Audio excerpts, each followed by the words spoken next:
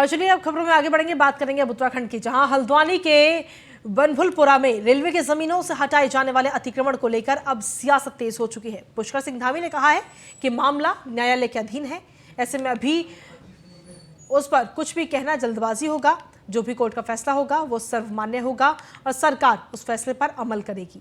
वहीं पूर्व मुख्यमंत्री हरीश रावत ने मौन उपवास पर मुख्यमंत्री पुष्कर सिंह धामी से कहा कि सभी लोगों को कोर्ट के फैसले का सम्मान करना चाहिए। इस दौरान धामी सरकार भी की कैबिनेट मंत्री रेखा आर्य ने भी कोर्ट के फैसले का सम्मान करते हुए कहा कि सभी लोगों को कोर्ट के द्वारा दिए गए फैसले का सम्मान करना चाहिए।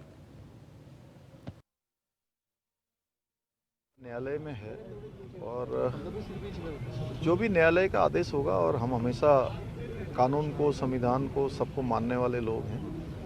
जो भी विधि सम्मत न्यायालय का फैसला होगा, सरकार उस पर काम करेगी। सभी को माननीय न्यायालय पर भरोसा करना चाहिए, उन पर विश्वास करना चाहिए। हमारी संस्था है और हम सब लोग न्यायालय को मानते हैं और सरकार के स्तर पर न्यायालय का जो भी निर्णय आएगा, जो भी कार्रवाई हो रही है, हम सब लोग ठीक प्रकार से विदित है कि अतिक्रमण को लेकर स्वाभाविक रूप से हाईकोर्ट की तरफ से जो निर्णय आया है, उस निर्णय को मानना हम सब लोगों की जिम्मेदारी है। उसके निमित्त जो है उसमें कार्रवाई हो रही है। तो मुझे लगता है कि कोर्ट के निर्णय पर हम लोगों को किसी प्रकार की कोई टीका टिप्पणी नहीं करनी चाहिए। मैं मानती हूँ कि उसका अनुपालन जो है सिस्टम अपनी ओर से करने की कोशिश में है और मैं समझती हूँ कि शायद न्यायालय के निर्णय को लेकर हम सब लोग का ये दायित्व भी बनता है कि जो भी हमारी सरकारी संपत्तियों में किसी भी प्रकार का अतिक्रमण हुआ है तो निश्चित रूप से अतिक्रमण हटना चाहिए। जो समाजवादी पार्टी के राष्ट्रीय अध्यक्ष अखिलेश यादव के निर्देश पर हल्द्वानी में रेलवे अतिक्रमण को लेकर सपा का प्रतिनिधिमंडल उत्तर प्रदेश से भेजा गया। 10 लोगों का प्रतिनिधिमंडल है, जिसमें मुरादाबाद सांसद एसटी हसन, बहेड़ी विधायक अताउर रहमान सुल्तान बैग, वीरपाल सिंह, अरशद खान सहित 10 नेता शामिल हैं, जिन्होंने अतिक्रमण से प्रभावित क्षेत्र का मुआयना किया। साथ ही अतिक्रमणकारियों से बातचीत भी की। बताया जा रहा है कि सपा का प्रतिनिधिमंडल अपनी रिपोर्ट तैयार कर प्रदेश मुख्यालय को सौंपेगा।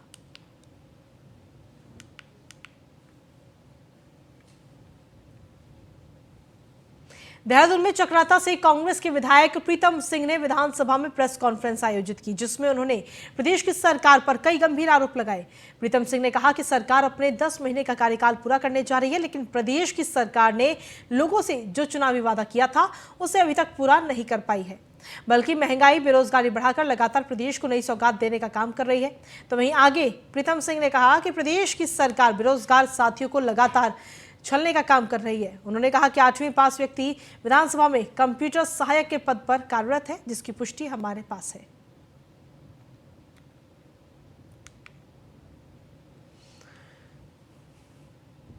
वहीं ऋषभ पंत एम्बुलेंस से दोपहर करीब 1:30 बजे के बाद मैक्स अस्पताल से रवाना हो गए हैं। यहां से वो जॉलीग्रांट एयरपोर्ट पहुंचे और उन्हें मुंबई के लिए एयरलिफ्ट किया जाएगा। उनके साथ उनकी छोटी बहन, अन्य स्वजन और डीडीसीए के डॉक्टरों की टीम भी मौजूद है।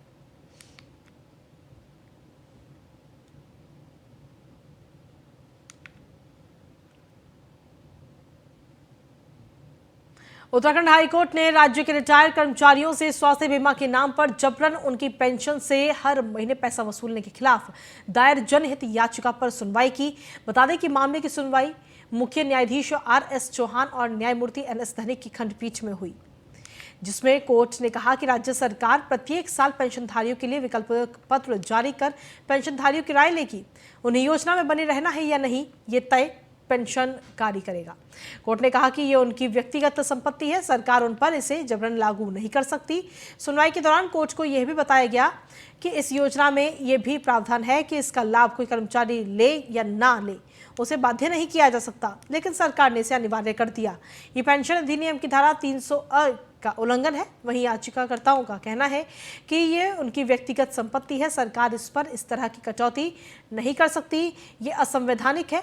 पूर्व में ये व्यवस्था थी कि कर्मचारी का स्वास्थ्य बीमा सरकार खुद वहन करती थी, परंतु अब सरकार उनके पेंशन से स्वास्थ्य बीमा के नाम पर हर महीने पैसा काट रही है। लिहाजा इस संबंध में जारी पूर्व व्यवस्था को लागू किया जाए। पुनः आज सुनवाई पर माननीय उच्च न्यायालय ने लिया और इस बात का के दिशा निर्देश राज्य सरकार को दिए कि योजना में बने रहना है या नहीं। यह डिसीजन पेंशनकारी का है।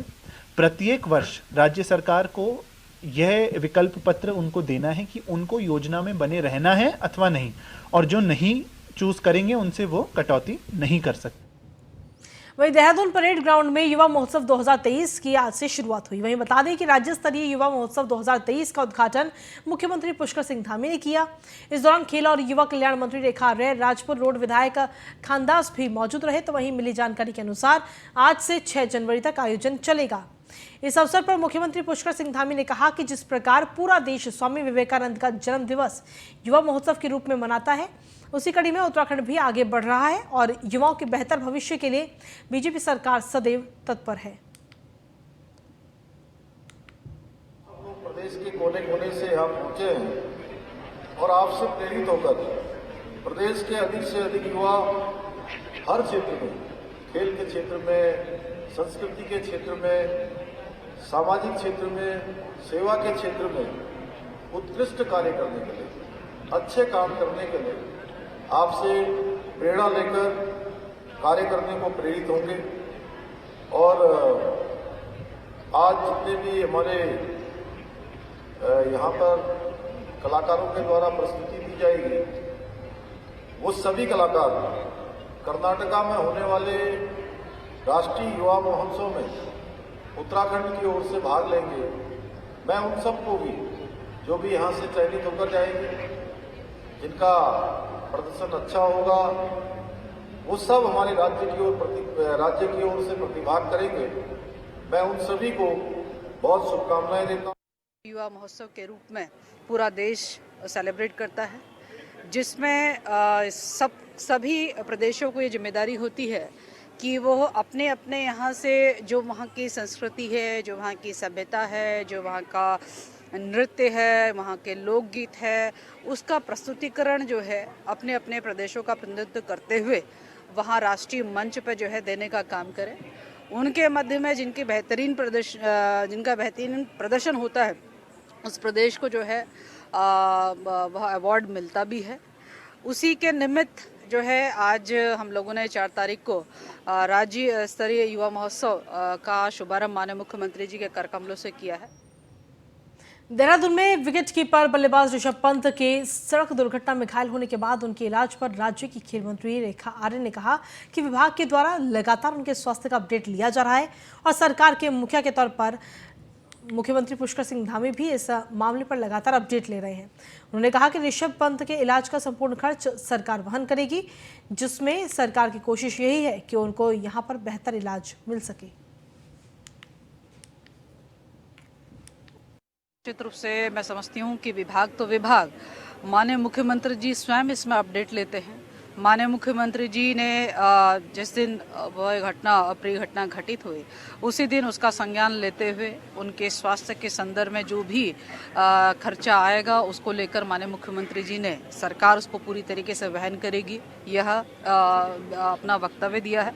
इसके अतिरिक्त जिन लोगों ने उनको सुरक्षित पहुंचाने का काम किया है, उन लोगों को भी सम्मानित करेगी। तो मैं मानती हूं कि मुख्यमंत्री जी के पहल में ही पूरी सरकार की पहल, उसमें खेल विभाग अलग से देखने का दृष्टिकोण मुझे लगता है गलत है। चित्र जसपुर में स्थित पर्यटन मंत्री अजय भट्ट कार्यकर्ता सम्मेलन कार्यक्रम में पहुंचे, जहां पर जसपुर बीजेपी कार्यकर्ताओं ने उनका फूल मालाओं और ढोल नगाड़ों के साथ जोरदार स्वागत किया।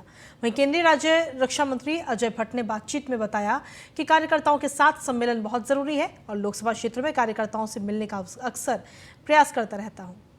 इस सम्मेलन के माध्यम से कार्यकर्ताओं को केंद्र सरकार और राज्य सरकार की उपलब्धियों की जानकारी देनी है, किस तरह से हम आगे बढ़ रहे हैं और पिछले 7-8 सालों में मोदी जी के नेतृत्व में देश की कायाकल्प हो गई है। लोकल में भी काम किया गया है, जगह जगह जाम की स्थिति बनी रहती थी, उसके लिए बाईपास बनाया गया।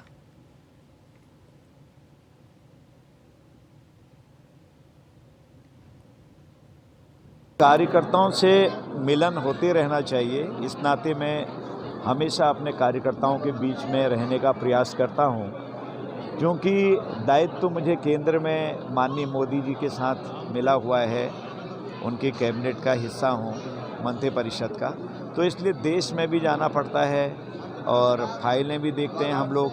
लेकिन कहीं मेरी जो लोकसभा है उसमें लोगों से मिलना कम ना हो जाए, इसका मैं पूरा ध्यान रखता हूँ। 2 महीने 3 महीने में कहीं ना कहीं एक जगह, इतनी बड़ी लोकसभा है यहाँ, पर्वतीय क्षेत्र में तो जाना बड़ा मुश्किल हो जाता है। नरेंद्रनगर में क्षेत्रीय विधायक और प्रदेश के वन तकनीकी शिक्षा मंत्री सुबोध उनियाल ने देव सुमन संयुक्त चिकित्सालय में 2 करोड़ से ज्यादा की लागत की सीटी स्कैन मशीन का लोकार्पण किया। इस अवसर पर सुबोध उनियाल ने कहा कि सीटी स्कैन मशीन उपलब्ध होने से मरीजों को सुविधा मिलेगी। टिहरी जिले का दूसरा सबसे बड़ा चिकित्सालय बन गया है। लोगों को सीटी स्कैन कराने के लिए अब देहरादून, हरिद्वार और ऋषिकेश के चक्कर नहीं काटने पड़ेंगे।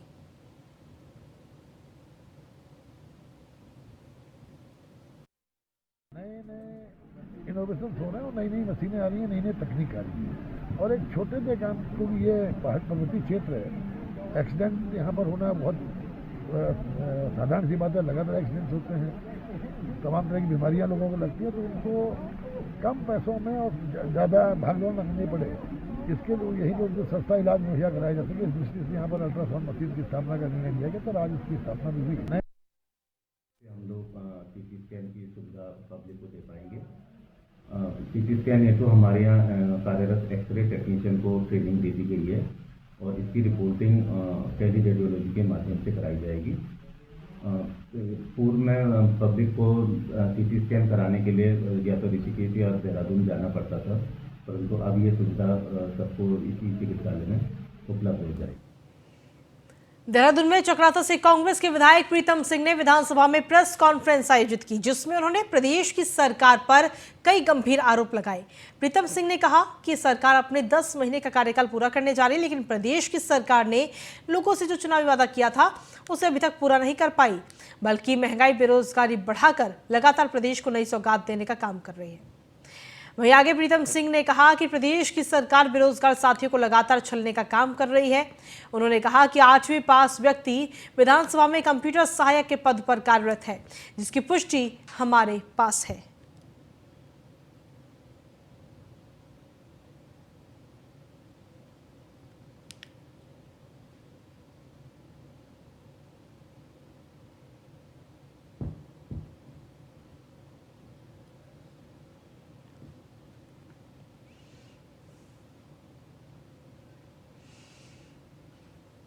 देहरादून में पिछले 16 दिनों में विधानसभा के बाहर धरना दे रहे विधानसभा से निष्कासित कर्मचारियों को समर्थन देने पहुंचे हरीश रावत ने कहा कि वो अपनी गलतियों को सुधारने के लिए उन लोगों के बीच आए हैं। उन्होंने कहा कि कर्मचारी नेताओं की राजनीति का शिकार हुए हैं।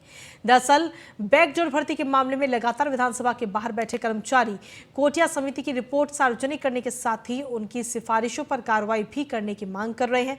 उन्होंने ये भी कहा कि वो किसी पर कार्रवाई की मांग नहीं करते, लेकिन वो तमाम कर्मचारियों के लिए ठोस नीति बनाते हुए काम करें तो बेहतर होगा।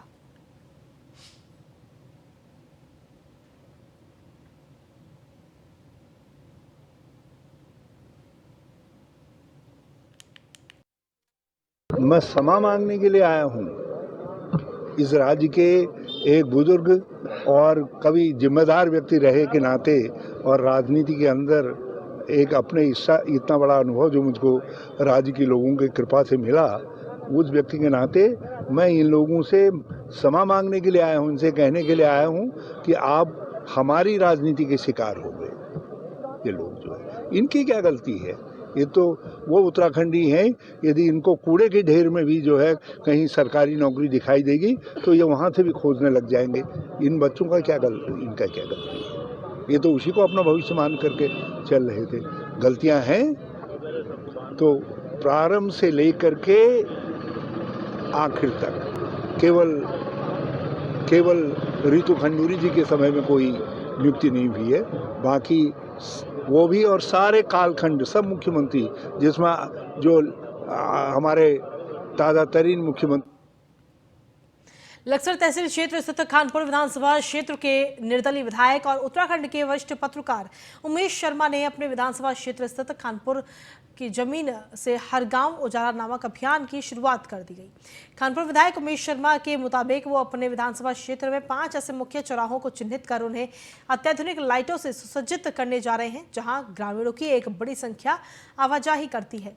अपने इस अभियान की शुरुआत करने पर उमेश करने पर वहां पहुंचे और विधायक उमेश शर्मा ने बताया कि उनके विधानसभा क्षेत्र में जितने भी विद्युत रहित क्षेत्र शामिल हैं उन्हें चिन्हित करते हुए सोलर तकनीक से लैस करते हुए वहां भी रोशनी की व्यवस्था की जाएगी।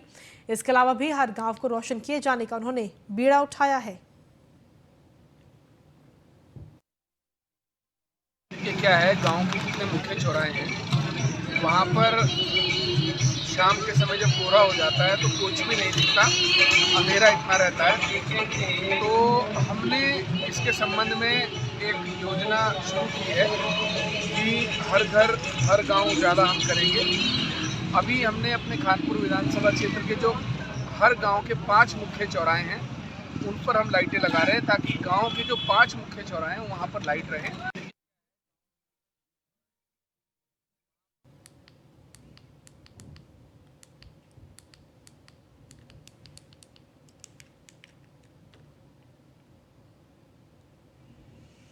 वहीं अल्मोड़ा में लोक कलाकार अपनी मांगों को लेकर प्रदर्शन कर रहे हैं। लोक कलाकार संघ के बैनर तले कलाकारों ने अल्मोड़ा में हुड़के की धाप पर प्रदर्शन किया।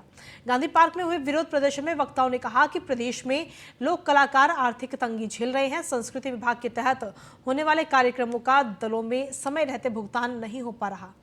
कोरोना काल में कई दल पंजीयन का नवीनीकरण नहीं करा पाए हैं। सरकार इन दलों को पहले की भांति मान्यता प्रदान करे। प्रदर्शन के दौरान हुड़के की थाप पर जनगीत भी गाए गए।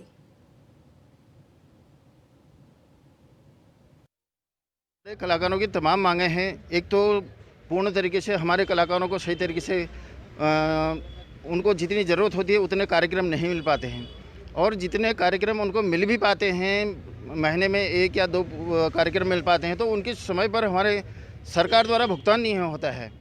कई 2-2, 3-3 साल तक हमारे भुगतान रह जाते हैं और हमारे जो गरीब तबके के कलाकार हैं वो अपनी रोजी रोटी चलाने के लिए बहुत परेशान हो जाते हैं। आज हमारा कलाकार रो रहा है।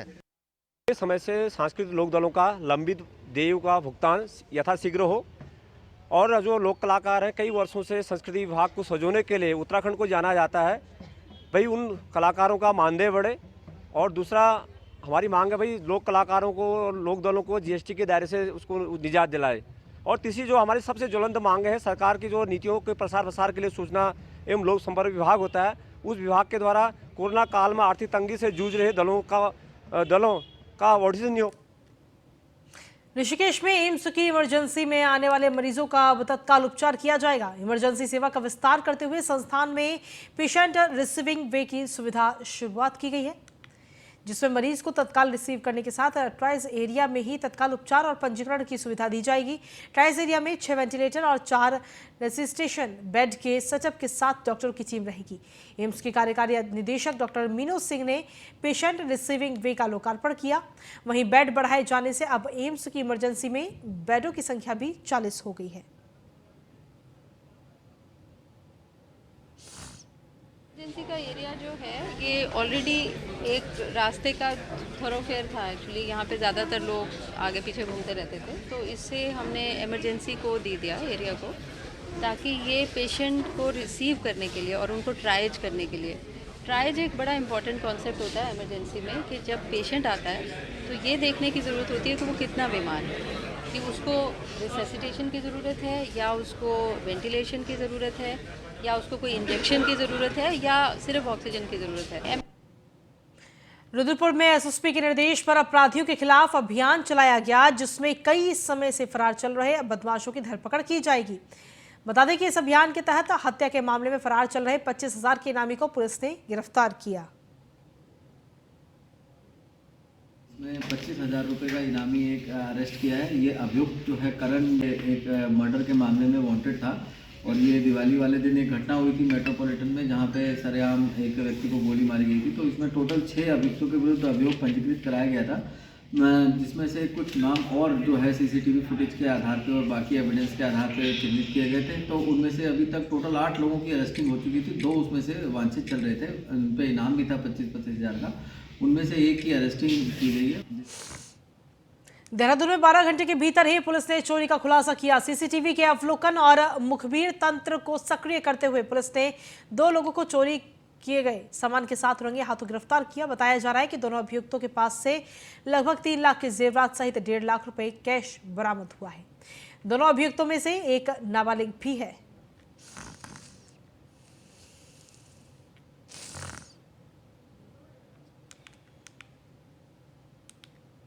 जो है नजीबाबाद गए हुए थे और पीछे से जो उनके घर में चोरी हुई थी, ताला तोड़ करके अलमारी से उनका लगभग 3 लाख की ज्वेलरी और 1.5 लाख का कैश जो है चोरी कर लिया गया था। इस आधार पर हमारे थाने में मुकदमा पंजीकृत किया। जो अलग अलग हमारी टीमें गठित हुई जिन्होंने सीसीटीवी फुटेज और पुराने चोरों का वेरिफिकेशन, इसके अलावा जो नशे में लिप्त लोग हैं उनका वेरिफिकेशन करते हुए जो 2 लोग शॉर्टलिस्ट किए उनको जो हमने पूछताछ करके और उनके मूवमेंट के आधार पर उनकी गिरफ्तारी की है और वो अपने। वहीं उत्तराखंड के रहने वाले राकेश आर्य लेह में शहीद हो गए हैं। बता दें कि रुद्रप्रयाग जिले के गांधरी गांव में शहीद का पार्थिव शरीर लाया गया। बताया जा रहा है कि 31 दिसंबर को शहीद हुए थे, जिसके बाद रुद्रप्रयाग संगम घाट में आर्मी बैंड के साथ अंतिम संस्कार किया गया। स्थानीय लोगों सहित जिला प्रशासन भी इस दौरान वहां पर मौजूद रहा।